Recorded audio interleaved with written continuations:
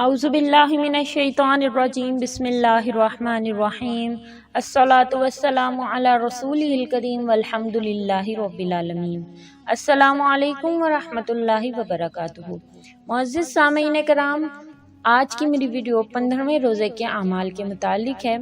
15ویں روزے میں آپ نے ہر نماز کے ساتھ جو اعمال کرنے ہیں ان کے متعلق ہے۔ اس کے ساتھ ساتھ دوسرا عشرہ ہے، مغفرت کا عشرہ ہے۔ استغفر اللہ ربی من کل ذنب واتوب الیہ کو 100 مرتبہ صبح شام ضرور پڑھتے رہیں۔ لا الہ الا اللہ اور استغفر اللہ کا ورد چلتے پھرتے ضرور کرتے رہیں، کیونکہ نبی کریم صلی اللہ علیہ وآلہ وسلم کا ارشاد ہے کہ رمضان المبارک میں ان دو چیزوں کی کثرت زیادہ سے زیادہ کی جائے۔ اس کے ساتھ ساتھ قرآن مجید پڑھنے کا بھی اہتمام کیا جائے۔ میں آپ سے آج کے اعمال میں ذکر کروں گی صلاۃ الحاجت پڑھنے کے بعد یا حی یا قیوم کا ورد کرنے سے کیا ہوتا ہے، اس کے کیا فوائد ہیں۔ انشاءاللہ تبارک و تعالی میں آپ سے اللہ تبارک و تعالی کی اس نام کی فضیلت اور اہمیت ذکر کروں گی۔ اگر آپ میرے چینل پر نئے ہیں، میری آپ سے ایک چھوٹی سی گزارش ہے کہ اگر آپ میرے چینل پر نئے ہیں یا مجھے پہلی مرتبہ سن رہے ہیں تو میرے چینل کو سبسکرائب کیجیے اور ساتھ ہی لگے بیل آئیکن کو پریس کر دیں تاکہ میرے چینل کی اپڈیٹس آپ کے پاس نوٹیفیکیشن کی صورت میں پہنچ سکے۔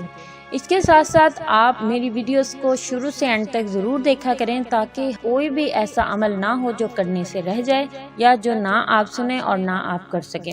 انشاءاللہ تبارک و تعالی آپ کو یہ اعمال اچھے لگیں گے اور آپ اس کو دوسروں کے ساتھ شیئر بھی کریں گے اور مجھے کمنٹ کر کے بتائیں گے کہ آپ کو یہ ویڈیو کیسی لگی۔ 15ویں روزے میں بعد نماز فجر سورۃ فتح کو 1 مرتبہ پڑھنا ہے۔ سورۃ فتح کے فضائل میں پہلے ذکر کر چکی ہوں، آپ میری ویڈیو میں سورۃ فتح کے فضائل دیکھ سکتے ہیں اور میں لنک بھی شیئر کر دیتی ہوں۔ بعد نماز ظہر صلاۃ الحاجات پڑھنے ہیں 2 رکعت اور اس کے ساتھ آپ نے یا حی یا قیوم کا ورد کرنا ہے 100 مرتبہ۔ یا حی یا قیوم اللہ تبارک و تعالی کا ایک بہت ہی پیارا سا نام ہے۔ یا حی یا قیوم اسم اعظم میں سے ہے۔ اسم اعظم میں دنیا اور آخرت کی کامیابیاں ہیں اور مشکلات کا حل موجود ہے، بشرطے کہ ان کو خلوص دل سے کیا جائے، ان کا وظیفہ کیا جائے، بلکہ ولایت کا راز ہی اسم اعظم ہے۔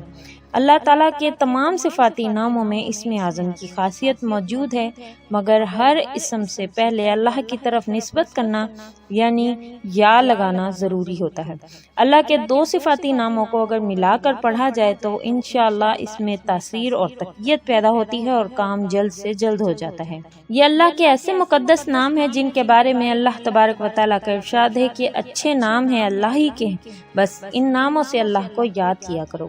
کوئی بھی حاجت درپیش ہو، چاہیے کہ اسماء حسنہ کو روزانہ پڑھا جائے، اللہ تبارک و تعالیٰ کے حضور سجدہ ریز ہو کر اپنی حاجت کو پیش کیا جائے، انشاءاللہ اللہ تبارک و تعالیٰ اس کی حاجت کو ضرور پورا فرمائیں گے۔ اسماء حسنہ بہت زیادہ اہمیت کے حامل ہیں، کیونکہ اسماء حسنہ کا ورد نہ صرف رزق کے لیے کیا جاتا ہے، برکت کے حصول کے لیے کیا جاتا ہے، بلکہ اپنی حاجتوں کو پورا کرنے کے لیے، غربت اور تنگدستی کو دور کرنے کے لیے کیا جاتا ہے، رحمت حاصل کرنے کے لیے کیا جاتا ہے، دین اور دنیا کی سلامتی کے لیے کیا جاتا ہے۔ انشاءاللہ اس سے نہ صرف دنیاوی فائدے ہوتے ہیں بلکہ اخروی بھی بہت سے فائدے ہوتے ہیں۔ 2 رکعت نماز نفل پڑھنے کے بعد آپ نے اللہ تبارک و تعالیٰ کا نام یا حی یا قیوم کو پڑھنا ہے۔ لا علاج مرض بھی انشاءاللہ اس کے پڑھنے سے دور ہو جاتا ہے۔ اس کو پڑھ کر پانی پہ دم کریں اور مریض کو پلا دیں۔ انشاءاللہ اگر لا علاج مرض بھی ہوگا تو 11 دن کے اس عمل سے انشاءاللہ اللہ تبارک و تعالیٰ اس کو شفا عطا فرمائیں گے۔ جو شخص اس کو کثرت سے پڑھتا رہتا ہے اللہ تعالیٰ اس کو ہمیشہ تندرست رکھتے ہیں۔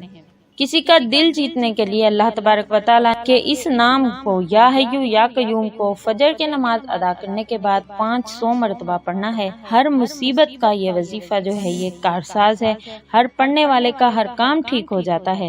جو بھی اس کو پڑھے گا انشاءاللہ کسی بھی مقصد کے لیے اس کو پڑھے گا، یا حی یا قیوم کا ورد کریں گے، انشاءاللہ ہر مصیبت میں یہ وظیفہ آپ کا کامیاب ہوگا۔ کوئی بھی مصیبت پیش آ جائے، کوئی بھی حاجت درپیش ہو، آپ نے یا حی یا قیوم کا ورد کرنا ہے، انشاءاللہ آپ اللہ تبارک و تعالیٰ کے حکم سے ہر کام ٹھیک ہو جائے گا۔ اس کے ساتھ ساتھ بے شمار فیوز اور برکات حاصل ہوں گے۔ نماز مغرب ادا کرنے کے بعد آپ نے حضرت یونس علیہ السلام کی دعا لا الہ الا انت سبحانک انی کنت من الظالمین کو پڑھنا ہے۔ یہ آیت کریمہ بھی کہلاتی ہے۔ انشاءاللہ اس کو آپ نے 40 مرتبہ پڑھنا ہے۔ اپنی تمام پریشانیوں اور مشکلات کو ذہن میں رکھیں اور اللہ سے دعا میں اللہ سے ان کا حل مانگیے۔